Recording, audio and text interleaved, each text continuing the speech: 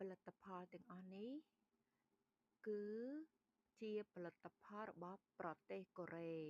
ហើយមានតែមួយគត់នៅក្នុងប្រទេសខ្មែរគឺមាននៅក្នុងក្រុមហ៊ុន The Face Shop Cambodia Clean Beauty ហើយ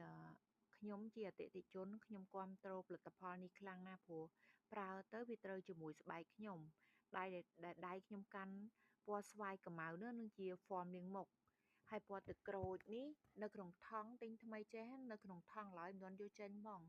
អាហ្នឹងជាសាប៊ូដុសខ្លួនសាប៊ូត្រាំទឹកហើយនឹងលេលាបខ្លួនជាប្រភេទលេសាប៊ូទឹកអប់អញ្ចឹងលាបឲ្យក្លិនកលាបអានេះខ្ញុំយកពណ៌ក្លិនកលាប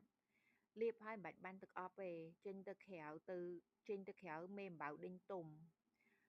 ទិញមកថ្មីទាំងអស់មិនទាន់នឹងយកចេញពីថង់ផងដោយសារស្រឡាញ់ហើយចង់ទុកឲ្យវានៅថ្មីរហូតនិយាយទៅទិញមួយឆ្នាំជាងហើយឥឡូវនេះគឺនៅ60ប្រអប់ទាំងគ្រីមលាបមុខទាំង form លាងមុខហើយនឹង set សាប៊ូងូតទឹកហើយ sunscreen ក្រែមទៀតនៅក្រៅមុងចាអានេះខ្ញុំទុកក្នុងមុងឯណា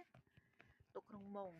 អញ្ចឹងដែលថតនេះគឺមានផាតាងណាមិនគ្រាន់តែនិយាយទេគឺពិតហ្មងមិន fake ទេណានិយាយហើយក៏ខាងក្រុមហ៊ុនគេមិនបានជួលឲ្យនិយាយឬក៏គាត់ឲ្យអីដែរអត់ទេដោយសារខ្ញុំគាំទ្រខ្ញុំស្រឡាញ់ដោយសារប្រើត្រូវជាមួយស្បែកខ្ញុំមិនឃើញខ្ញុំទិញទុកឡើងច្រើនទេមិនបានទិញទុកទៅដល់ពេលយើងអត់មានលុយយើងមានរបស់ប្រើដូចឥឡូវហ្នឹងអញ្ចឹងឃើញអត់ពងអត់មានលុយតែខ្ញុំមានរបស់ប្រើ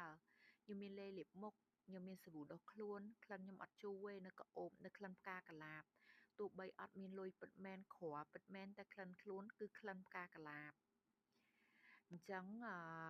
បើសិនជាមានអ្នកចង់បានស្អាតខ្ញុំចែករំលែក